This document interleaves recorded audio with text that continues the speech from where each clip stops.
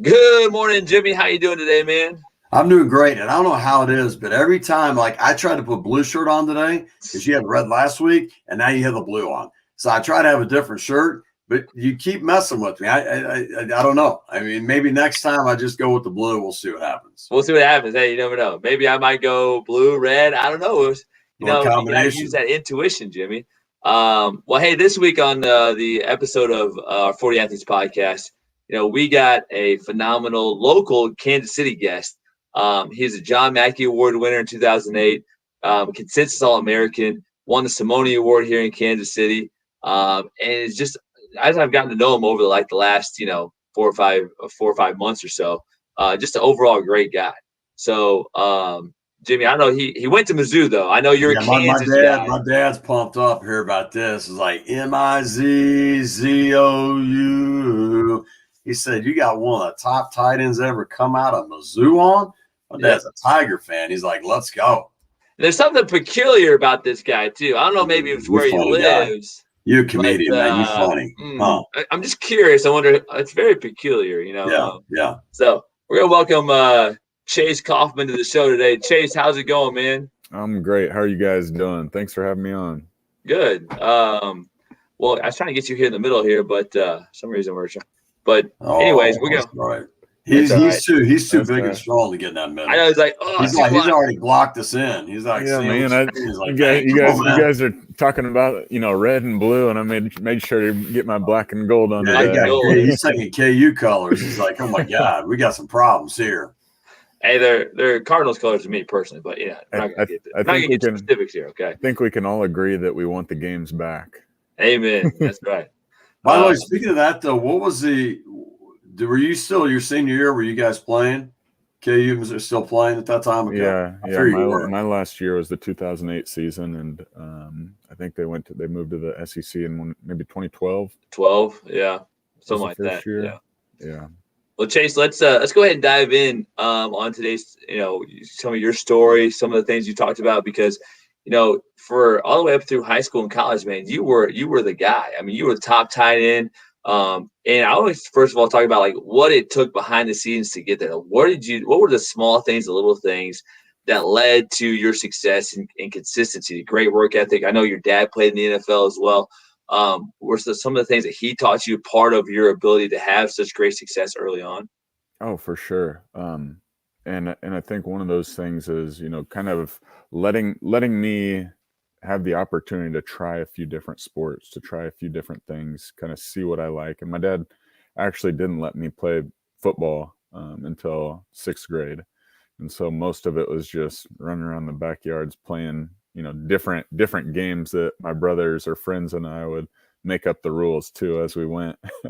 Now, hey, I'm gonna stop. That's interesting because in our today's world where we have kids in youth sports like early, I see, as a teacher, I see kids that don't know how to do what you just mentioned. Like they'll go be on the playground and they'll be calling like a handball and soccer. I'm like, guys, just play, just use your imagination. So, I mean, to hear you say that, I mean, do you feel like that's part of like the imagination piece that also helped you, was just being able to just go play and be free with who you are at the beginning, at an earlier time?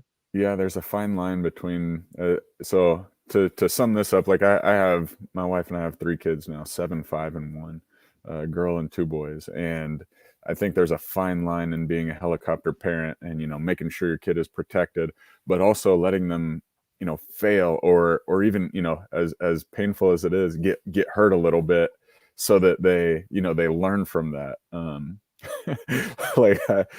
This comes to mind. Last night we got done with soccer practice and stopped by a friend's house, and they don't have their whatever it is, the little window the little window well area covered, and my son was jumping down in there with my friend's daughter, and he ran over there too fast, and I see him go face first right down into this window well, and I'm like, holy cow, thank you, just praying him, thank you Lord that he's okay, but also like, okay, now he's learned, let's talk that through with him, not get on him or make him feel like an idiot, but like, all right, do you think that's a safe decision to go accidentally trip down in there and get hurt, or let's think this out a little bit. And I think that's what my dad really did a good job of, is here's some opportunities. I'm not gonna make you do this and this unless you say that you want to do that. And when you commit to that, we're not going to quit, maybe after the season, or, at a point where you've gone through the toughness or the pain to realize that you can do it, or that it's not something that you want to pursue anymore. But if you say that you want to be a good football player, I'm going to put some workouts in place to where we can get there. So, hey, Chase, let's go back to what you talked about. Your dad didn't really let you play football until you were 6th grade, right? And as Jason said, we got individuals starting in kindergarten, 1st grade, like they're playing 3 or 4 sports, and they're playing, some of them even get year round at that early age. So what's the advice you can give to parents? Understand, like, I feel like parents feel the pressure, like they have to have their kids playing sports. They're going to fall behind if they don't start early enough, right? And they got to be on these teams. What kind of like suggestions can you give to parents to think about how to navigate their children at such a young ages and not feel the pressure of having to put them in organized sports at in kindergarten or 1st grade? Yeah, I want to be careful about that subject because I mean, as we all know, it's different with each kid, with each family, and kind of what fits with their situation. But I would just encourage people not to jump in and feel like you're missing out, or like your kid is going to be left behind because, they play in the rec or the social league, right? I think that we put enough stress on ourselves individually as a society just to be busy, to fill our time with this and that and that. And I understand the importance of, telling your time where to go, telling your money where to go, scheduling, because it's going to go somewhere if you don't put the right things in there.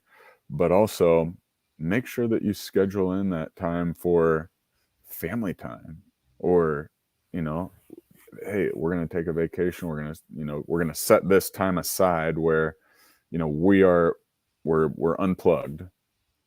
And I think I mentioned this book to you, Jason, but The Ruthless Elimination of Hurry. I mean, that's been on my mind for a little over a year now since I read the book. But it just talks about, like, we have this fear of missing out. And, like when COVID hit, and, there's some people that have been really affected, but also some people that have found out that they can function from home and not putting in 12, 10, 8, even 8 hours a day of work and still get everything done that they were doing. Right. And I feel like we're starting to get, caught back up in the process of busy. And I think that goes right back to kids' sports. Let them enjoy it. Let them, get to the next season and the next season and say that, I remember when we were kids, man, like, I can't, we only get to play 6 games this season. That's it, and only 1 game a week. What? And we've put in place that we can play more. And that's awesome. But what is it really doing, to our kids and to our schedules and to our society? Right? Like, I don't think we get to see, for a majority of them, that love of wanting to get back into the season, that love of wanting to, as they get older, train to be prepared for that season. Hey, Chase, let me ask you something on this. So when you mentioned, like 70% of kids quit by the time they're 13 playing certain type of sports. And they say the number one reason is they don't have fun anymore. They don't enjoy it. They get burned out. So let's go back to this. You're a great football player, but you played basketball. You're really good at basketball. You played other sports. You see so many individuals, they specialize such an early age, right? And there's not a season. They're playing year round. And they talk about the injuries and how they get burned out. But for you and I've seen statistical numbers show that a lot of pros, a lot of people play professional sports, played multiple sports. Yeah. What do you say to, kids and parents about that, about specializing so early at a particular sport? Again, it's kind of, person to person. I just like you said, I would encourage giving them the opportunity to try different things and be a part of different things. Like, on the other hand, man, it's so hard to make it professionally. And, not only do you have to work your butt off and, at a certain point specialize in that sport, but there's some God-given ability that, some people are just born with and some people are not. And I say that not to put sports on a pedestal, because that's where, as a world, as a country, we kind of, we idolize professional sports, and that's a lot of kids' dreams to get there. But I mean, we've all been given some amazing gifts. And so when you get to that gift, right, and figure out that gift for yourself, then you can start specializing in that.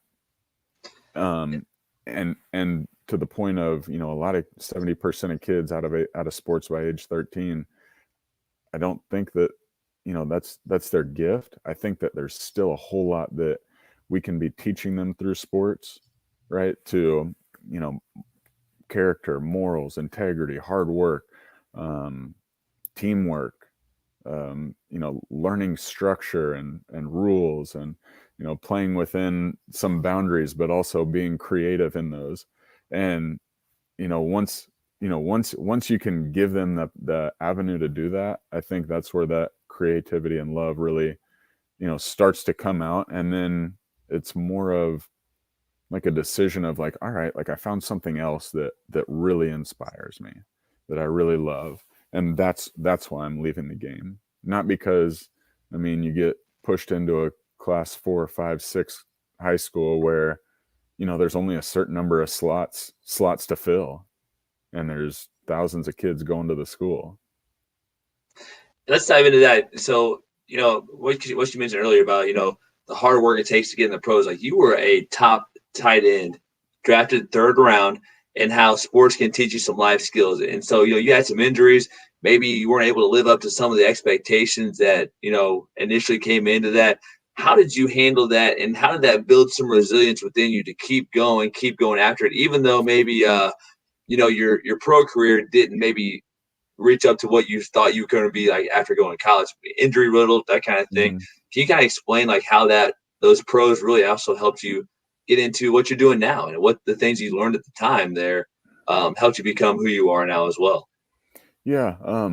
Like you said, I had a pretty, I don't want to say easy path, but not a lot of resistance, right? I worked hard. I was, I'm 6'6", and, was putting on weight and muscle at a pretty good pace to be able to shine in the spots that I was at in, little league and high school, and then in college, and really be part of some good teams where players around me really made me stand out as well in doing my job well. And so I don't think a lot of people know this, but broke my foot the very last offensive play my senior year in our bowl game. And so kind of from that point on, our defense stopped Northwestern. We ended up winning the Alamo Bowl, and I didn't have to go back out, luckily, because not until afterwards did I know it was actually broken. And so through that process of, what guys are going through right now, pro days, they didn't get to do the combine this year, but, going to Indianapolis for the NFL combine, and, running your 40 and doing these drills and kind of proving, hey, everything on film is, it holds up, and like, wow, you're a little bit more impressive in this area, or you've been working on this, that's kind of your red flag against you. And we see that, you have some potential still in that area. And I didn't get to do any of that, which was like a huge like hurt to me. And, you have, as a young man, you have all these different things kind of put on you as like, hey, you should be this, you are an All-American, you're the John Mackey Award winner, you were, this and that and that, and this is what you should be in the NFL. This is where you're projected. Or, man, this guy's, just a product of the system, and he's going to fail. And a lot of the times, like as you said, and we'll get into it, like that's a thought that came into my mind of, man, I was like, people are just saying I'm a product of the system that I was in college, and just not good enough to make it. But get to the Cincinnati Bengals, the very last pick of the 3rd round, and didn't get to play at all that year. And being in the AFC North, we were kind of a ground and pound, just grind it out you know, conference or division up there. And I because of probably my being young, the experience that I had and the system that they had, I never got the opportunity to get on the field my rookie year. I was like, How do you, hey Chase, how do you do that though? Like, think about this. As Jason said, I mean, you're the top player in Kansas City and you're on the Simone, right? You're highly recruited. You're an All-American. You're a John Mackey Award winner, the top tight end in college football, right? I mean, you've been the man. All of a sudden, you go to the NFL and you're on a roster and you're a backup. Like you even get, you get cut. They sign you back, but you're a backup. How do you go from like being the starter, the star, to now you got a different role? Yeah, it's tough, and kind of that whole time is like, all right, like this is the thing that I love, and here's my goal. My goal is to be a Hall of Fame tight end. My goal is to catch passes, to be a productive part of this team, and hopefully get a big contract like you see guys getting today. And that was kind of the whole thing of like, all right, like what am I putting the work in for today? Like that's the end goal, far off. But what can I do today to do that?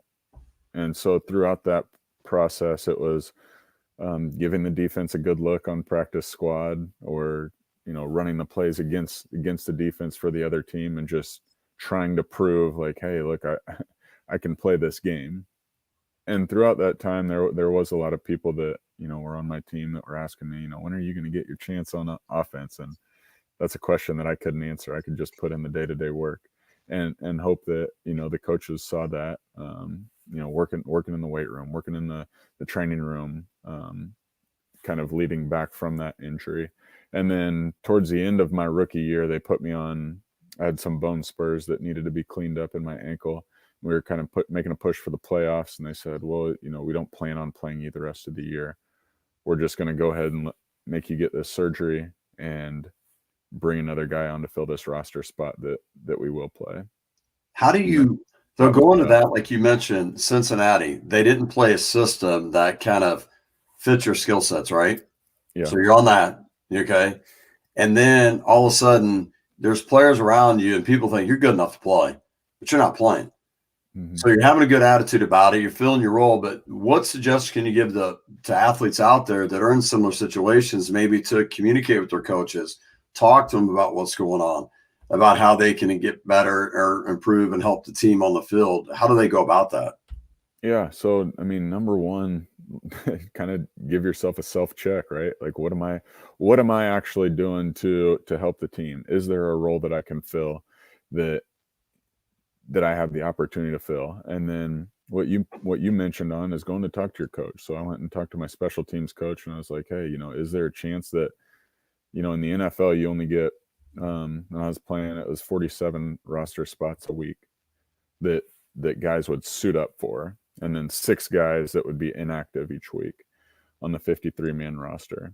And so if you were able to even just get on the 2 deep or something like that in special teams where you could maybe be used, then the offensive coaches could, plan, okay, Chase is going to be up this week and he can be used on special teams. Let's see if we can get him just a couple reps to see what he can do on offense. Right. And so that's one of the things that I started doing is really diving into special teams and trying to see where I could fit in there.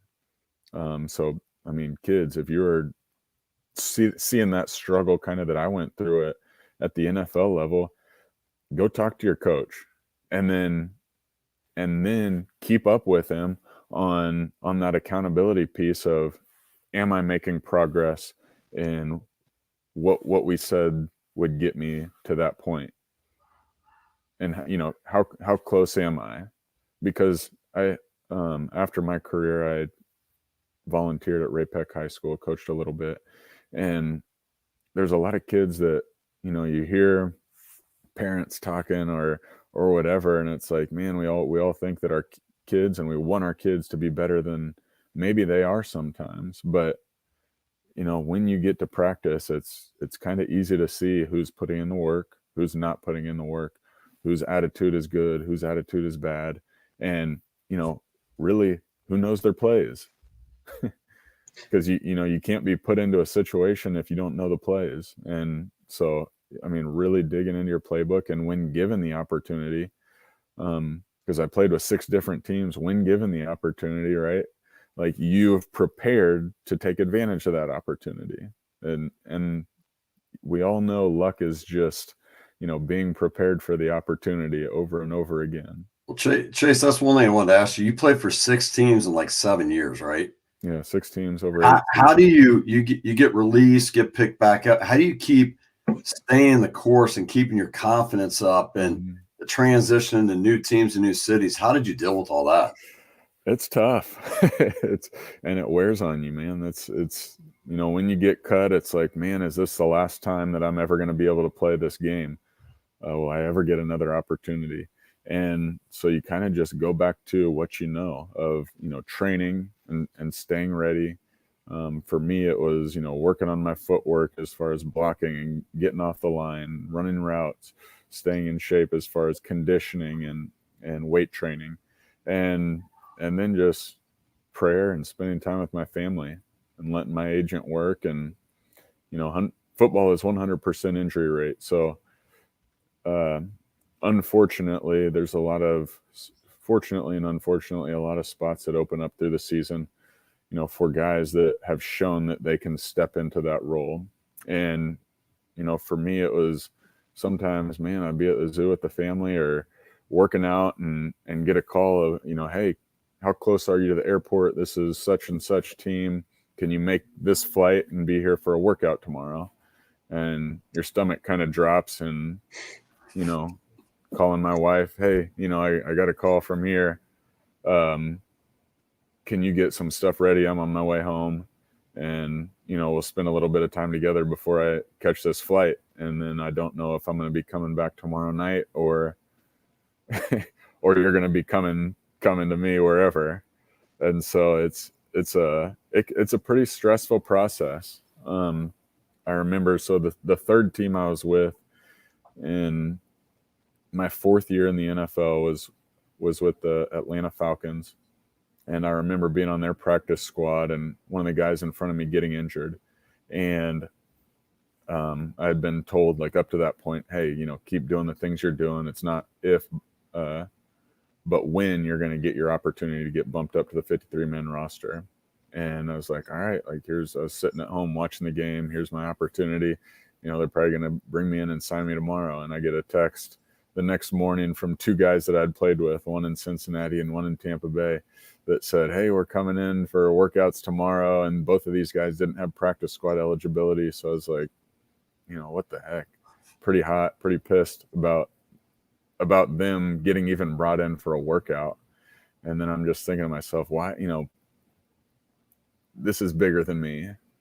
And kind of going back to something that my mom had told, I'm the oldest of 4.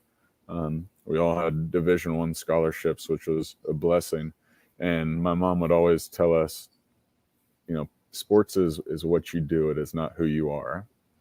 And as a Christian and believing in Jesus, that's something that we need to find our identity in, because that will not change. And going back to that and saying, like, God, if you have me, playing practice squad until my eligibility there is up and being done or cut next week, like, I give it to you. And I remember after that point, and they ended up signing me to the 53-man roster on that Tuesday. So these guys came in and worked out Monday. But I remember after that point, it was like, all right, just control what you can control. And they're going to make decisions based on whatever they make decisions on. They're probably not going to tell you why or when. And, from there, I got cut probably more times than I'd got cut in my first, up to that point. And it was always like, all right, just, enjoy this process. You don't know when it's going to be over. And I mean, you are already blessed to just be here. And so it wasn't letting up in the workouts. It wasn't letting up in the preparation, but just a continuation of, I can only control so much, and the rest, I'm not going to stress about. And that was the biggest weight lifted off my shoulders.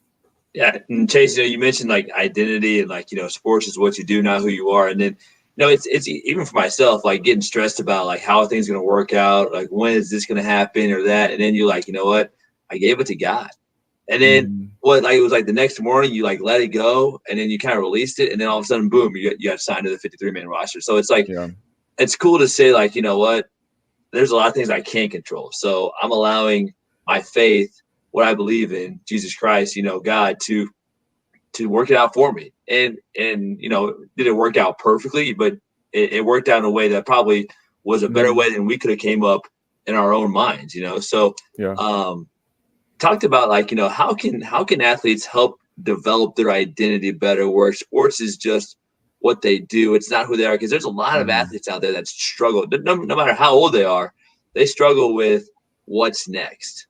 Because they see themselves, they identify as an athlete. That's who they've been since maybe they were 8 years old. And they don't know who else they are besides an athlete. So how can you help them identify, hey, sports is what you do. It's not really who you are. Well, I mean, number one is, that Jesus Christ, right? And that's something that I think, is none of us are going to perfect or get close to perfection in, but it's a continual striving to get better, a continual striving to learn, a continual striving to surround yourself with people that are going to encourage you in those areas. And kind of through my transition, I've seen that through a lot of guys that I've played with, and kind of realized that for the guys that, have publicly struggled in all areas of their life, I think we've all seen or at least heard of the documentary Broke. And I think it's, around 75% of professional football players are broke or divorced within 2 years of their playing career ending. And I mean, it's such a sad thing, but when you don't surround yourself by people that are speaking life into you, and you got to uphold this status of like, man, you have to be the man, like you have to be really a god, right? Because we see how, some people go and they worship at stadiums each weekend and praise athletes for, the feats that they accomplish, when, we're all created equal. Yes, those are awesome things, right? And yes, we value those as a society, but I think that the different leagues are doing a pretty good job of helping players speak into those platforms that they have and create positive things. And that's one reason why I really appreciate you guys and 40 Athletes is, trying to teach these things to kids at a young age. So as those, 70%, and maybe that number drops, but as that number of kids leaves sports, they're still encouraged to stay close to people that are speaking life into them, that are encouraging them, that are giving them some accountability, and hey, wake up today and let's do what we said we would do. Hey Chase, let me ask you this. I'm going to bring you back, and I think in athletics and life, how there's mistakes we make or things happen, and you got to deal with some consequences and how you deal with it. But go back to November 9th, 2014, Zach Mettenberger, right? Threw an interception. Yeah. You run off, and the idea is like you knocked an assistant coach for the Baltimore Ravens, but everybody on the media is like saying negative things about you, right? Crushing me. And they're blasting you. So how do you, maybe if it was a mistake, honestly, whatever happens, how do you deal with that? And then maybe people think in a certain way about you. How do you stay strong in what you do and be able to own up to it and move forward and press forward in what you really want to do with your life? Yeah, that was super tough. And like you said, a lot of people in the media, social media, just saying the worst things. And, I get it. It looked terrible. And, I remember the exact play. I was running a sail route, which is kind of like a corner or he'd go up and then close to the sideline. The cornerback baited Zach Mettenberger into throwing it, and I had no idea that he had baited him either. I felt like I was wide open, pretty close to the sideline, kind of looking over my shoulder like I'm going to, catch this thing and try to get whatever yards I can, or, toe touch so I can stay in bounds. And cornerback comes right past me, kind of brushes through my shoulder along the sideline. And, as a football player or any athlete, you're told, not to stop until the whistle blows. You never know when you're going to be able to have the opportunity to get back in a play. What if a fumble happens? What if, this and that, which we kind of have probably all rolled our eyes at some point. Like, I'm not catching that guy. But as a guy on the end of the roster, right, like I didn't have the opportunity to say, I wasn't given 100% every time. And as the Ravens sideline is all, as we all do, crowding the sideline to see what happens down the field, and I gained my balance, this coach was right up on me, and my first reaction is, I'm getting back in the play as quick as possible. So I'm, shuffling him to the side, and him being a little bit smaller and extremely unaware of the fact that I was right there. It tossed him a little ways, and I made my way back on the field and ended up trying to find him after the game and didn't get to him, but he was a strength coach in Tampa Bay when I was there for a little bit, so I was able to get a hold of him and talk it over with him, and then shut off really didn't all the TVs in the facility in Tennessee every time they were passing on ESPN, on whatever, and it was talking about this hit. And I was just like, whatever, just block it out, focus on what I can control right now. And, I'm going to talk to an appeal and go through that whole situation and just tell my story as like, man, I'm one of 22 guys on the field that are in a mindset that is completely different than when you're on the sideline. And, I didn't mean to hurt this guy. I didn't mean to, do something that was illegal, but like, this is the situation that I was in, and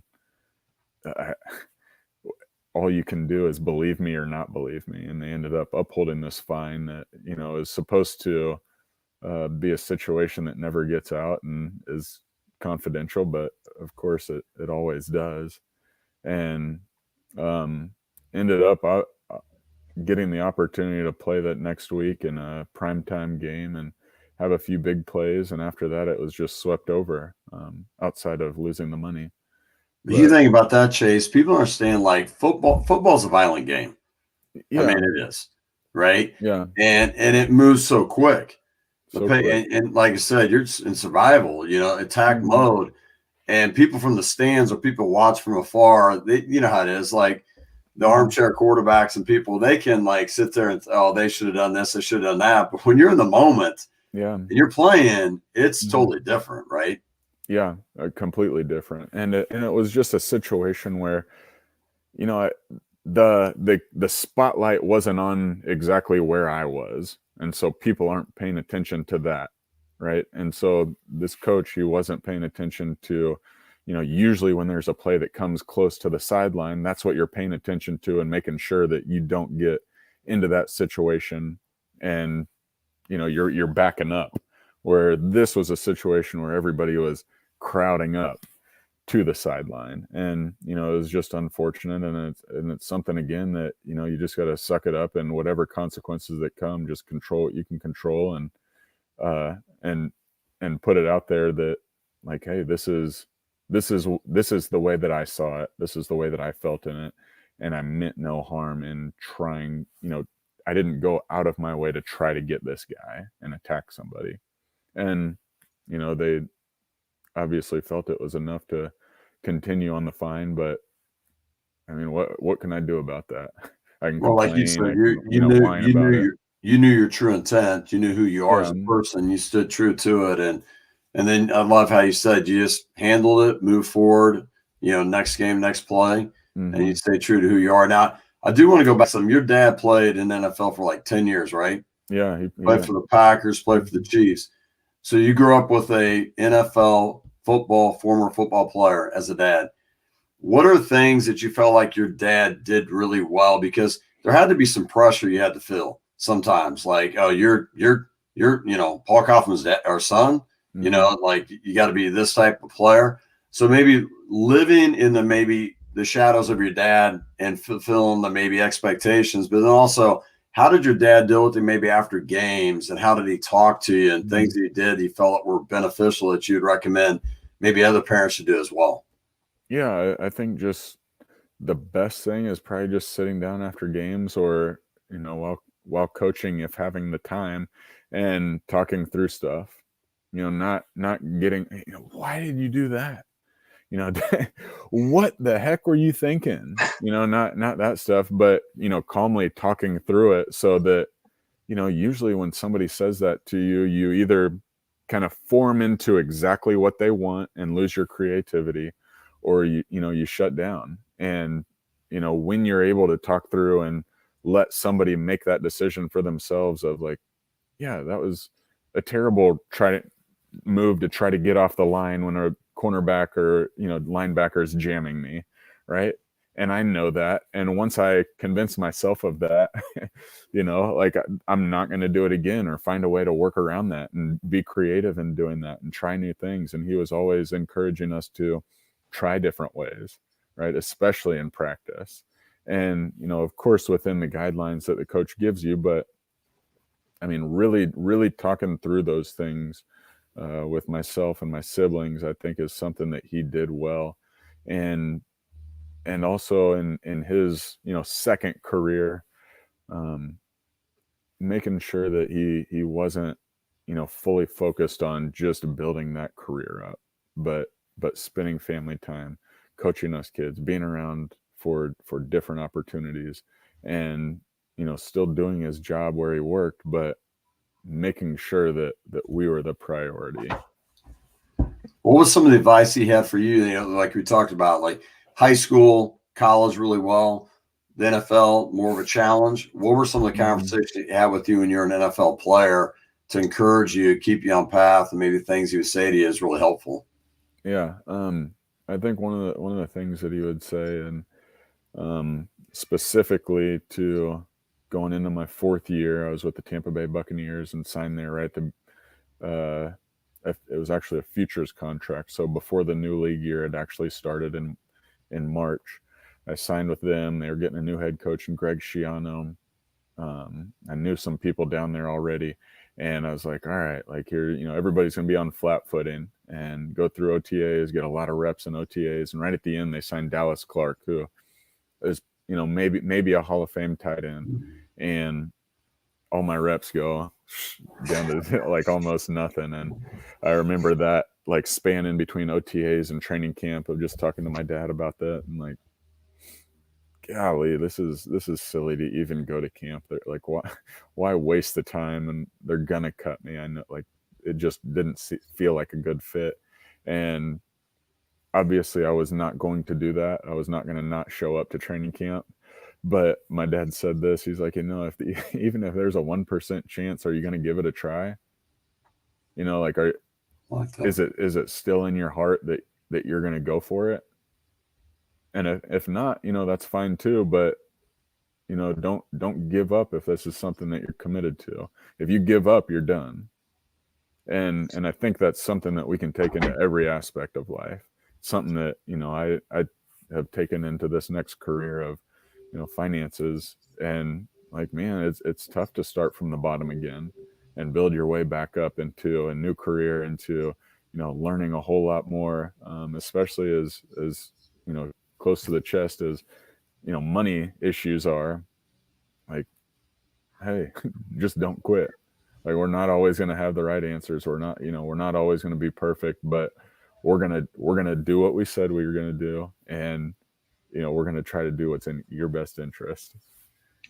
It reminds me of a great movie quote that says, hey, so you're saying there's a chance? Yeah. Like, what was all that 1 in a million talk, right? Yeah. I mean, that's the classic Dumb and Dumber, right? Yes, that's exactly it. And that's what it always brings it. I mean, it brings it back to is like, is there a chance? All right. Well, you know, I may just be dumb enough to go try it because that's my goal. I'm going to give it a try. If you say there's a chance, that's right. You never know what happens, right? Yeah. Yeah. and then I mean, taking that back to like all the times I get cut, it's like, you know, that's kind of a point where like, all right, you have no more chance at this team. but I mean, I ended up getting cut from several teams where they signed me back, and you know, there was a chance. So it's not always like there's not a chance, you know, forever, but right now you're not a fit. Yeah. That makes sense. Yeah. That's when hey, Jason, that's when you had to see Chase, like Dallas Clark come in and say, "Hey, Dallas, how you doing? Good to see you, man." Oh God, what? Oh man. Hey, Tony Gonzalez, good to see you, guys. Yeah. Oh wow. Yeah, I got to play behind some pretty good tight ends. Unfortunately behind, but you know, that's the name of the game, is just, you know, get in where you fit in, and if you want to be a part of the team, I think the longer you play in the game, it does, you realize the business of it. Hey, going back, I know Jason in the final 4 questions, I want to ask you, so Tony Gonzalez, Dallas Clark, Hall of Fame tight ends, like what did you learn from them that you're like, that separated them, that made them so great? Well, I mean, number one, I think Dallas was in a great situation from the get-go. With a good quarterback. Tony, you know, both of them, their work ethic, their preparation was, you know, probably second to none. Tony, the way that he prepared, not only just like understanding the offense and the defense, but also taking care of his body. I think he missed 2 games in 17 seasons. And I mean, if you don't let the guy behind you get a chance to take your spot, you know, they're never going to do it. Wow, that's a good point. Yeah. I mean, even like a little bit of luck of that too, because, you know, football, you can get injured like just from a hit too. So some of that, you know, maybe from you have a little bit of luck as well. Yeah. But as you mentioned too, Chase, like, okay, you go and have a quarterback, say you got, and not naming names, you got some quarterbacks, not a great quarterback, doesn't throw it well, but you get Peyton Manning, right? Yeah. Or you get like a Tom Brady, or you give somebody that can really throw it and hit the windows and get it, and you got another quarterback that can't, you know. So it probably some of the situations that you're put in would be big, you know, for that development. I mean, I think that's, you know, again, with everything in life is, you know, right time, right place. And I think there's a lot more of that opportunity than we think there is. And going back to, you know, kids sports is like, man, like you can't just push and grind, making sure your kid's the, you know, the best and has all the different opportunities in the world. Like there's going to be opportunity if you're good enough. And, you know, if you are just prepared for the opportunity and doing the small things daily, and it doesn't have to be overdoing it. And I don't want to say that a lot of people are overdoing it, because I don't know the specific situation, but I really think that, you know, there's a lot more once in a lifetime opportunities than we think there are. Mm-hmm. Yeah, absolutely. So let's dive into the last 4 part of it, is our 4 questions with 40 athletes. Is how we finish every show, Chase. So first question is this. What's the best life lesson sports has taught you? Don't quit. That's simple enough. Don't quit. Right. Don't quit. Put on a T-shirt, hat. Let's go. Don't quit. Don't quit. Right up here. Don't quit. Chase Coffman, Charlie Hustler. Don't quit. Got it. Okay, number 2. If you could spend time with anyone you admire in sports, alive, passed away, who would it be, and why would you pick that particular person? Yeah, that's one that I would have to say Jesus Christ, and that's because that is like that is the idol, right? that's who I look up to, and that's, you know, that's perfection to me. He is a Hall of Famer. I heard he was really good about everything he played. Yeah. I mean, it didn't matter what he played. I mean, he was getting it done. I heard even flipping tables, man. He could really flip them. I mean, and, you know, hardwood floors. Hey, Chase, they loved him at the ballpark because when they ran out of wine, he just made wine for them. Right? Yeah. He just did it all. It didn't matter. Loved it. Ran out of hot dogs. Don't worry about it. Got some fish. He doubled them, tripled them. Amen. Hey, question number 3 on this, Chase, is what's the best advice you ever received from a coach you played for or been around? Oh, best advice. Man, I think it's just that control what you can control. Don't try to do everybody else's job. These plays are here for a reason, and the reason, is because we are a team. One person can't do it by themselves. And I think we've all seen teams where, man, there's been some great players, individual players, but if you don't have more of the pieces and you're working together, what's the odds? In Little League, you may win a Super Bowl, whatever, but as you get, higher and higher up, it's not going to be sustainable. That reminds me too of Bill Belichick. Do your job. Do your job. Pretty simple. It works pretty well. Hey, the last question is this. If you were coaching a team, say your organization that you have right now, your business, and you're hiring somebody or bringing somebody in, and they could have just like one character trait or life skill that you could have in them, what would it be? Integrity. I've been reading this book lately. It's called The Speed of Trust by Stephen M.R. Covey, the son. And I mean, golly, if you can build trust with somebody and trust that they're going to do the right thing even when nobody's looking, I think that's everything, because it kind of goes back to the rest of those two things that I said of don't quit and control what you can control. I think when you have that integrity, like you're gonna do those two things. What's on that book, the best things that you've got from it of how to build trust with somebody? Be honest, be consistent, and your words got to match your actions.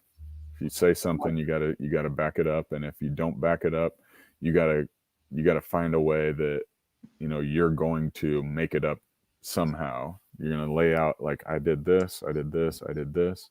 They didn't work, so now here's my plan going forward. Jimmy, hey, Chase and I, we are in the show me state, so we do expect, show me. I used to say that all the time. Show me. Don't tell me. You got to show me.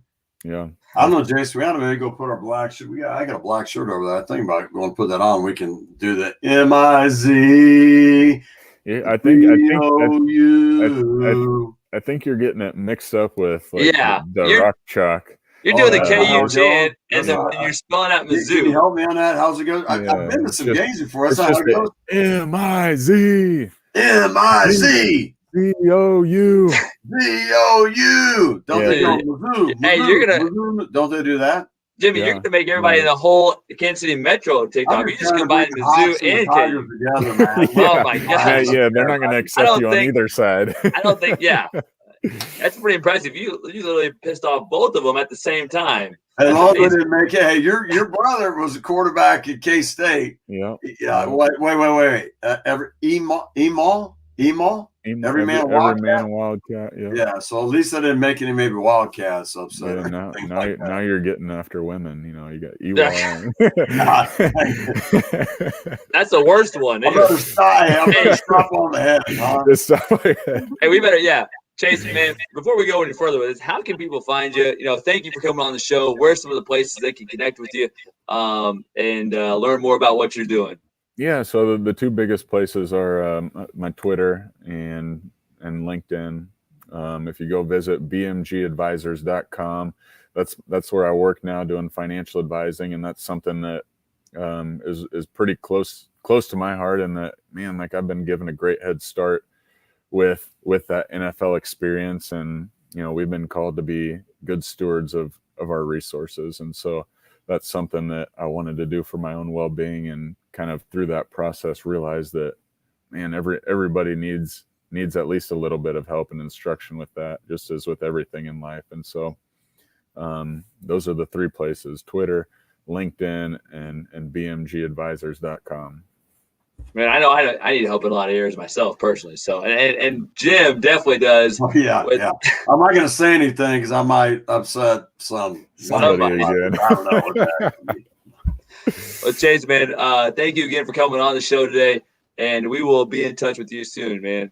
Yes, sir. I appreciate you guys having me. It's always good talking with you. Yeah. Thanks for all you do, man. Likewise. God bless. Well, Jimmy, you mentioned on the show today about 70% of kids are quitting a particular sport before the age of 13. So the question is, if they're not shooting a basketball, throwing a football, swinging a baseball anymore, and those skills don't matter, what are the skills that maybe they could be learning that go through their entire life? Yeah, that would be something called life skills, and being able to learn those, right? And some would say they're actually essential as well. Can be. I mean, you think about this. So you talk about that individuals individuals get done with high school, college, and you start getting married, you start having children, you got to be able to communicate, you got to have good relationships, you got to be able to handle your stress and emotions and all these type of things. So the things, like I said, if you can learn these at younger ages, going to propel you further in life and help you be more consistent and successful, especially in and out of sports and what you're doing. Yeah, think about this. Let's say you play baseball and you're done playing baseball at 12 years old, but you learn how to have a positive attitude. Man, I can think of thousands of ways a positive attitude has helped me in multiple challenging situations. So, and one thing I want to mention, as Chase talked about, like the identity in sports, how hard it is for somebody to move out. I was talking to a coach today that mentioned that to me. He goes, when I stopped coaching, I had a hard time because I was a coach. That's who I was. That was my identity. And I've had a hard time transition out of it. So again, when they understand truly who you are, these are things you do and understand how your mind works, and you control it. You can, develop it and condition it for success each and every day. You can definitely set yourself up to succeed in and out of sports. So Jimmy, where can we find such a marvelous program that could teach us these life skills using sports? It's a great question. Go to 40athletes.com and you can hit and click a button. Let's talk about find a program. You can go down, find our online program, see what fits for you. We got something for 2nd to 5th graders, 6th to 12th graders. We got stuff for parents, coaches to help them become better with what they're doing, especially parents navigating their child through sports is such a key in today's age. But Jimmy, just when I thought today's age, right? Age, something like that. Yeah. Something like that. And Jimmy, just when I thought you couldn't say anything dumber today, you go and do something like this. You go and do something like this and totally redeem yourself, Jimmy. You totally redeem yourself right there. Hey, by the way, if we're Dumb and Dumber, which one would you be? Am I Jim Carrey? I guess I could be Harry. I know. Yeah. You're Lloyd, right? Lloyd. I could be Harry. That's fine. Yeah. So are we having a podcast next week? Is there going to be a percentage chance? You say there's a really good chance, Jimmy. So you say there's a chance. I look forward to tuning in with you next week. All right, Jimmy. Have a great day, man. We'll talk to you soon. Thanks for all you do. Thanks, Chase.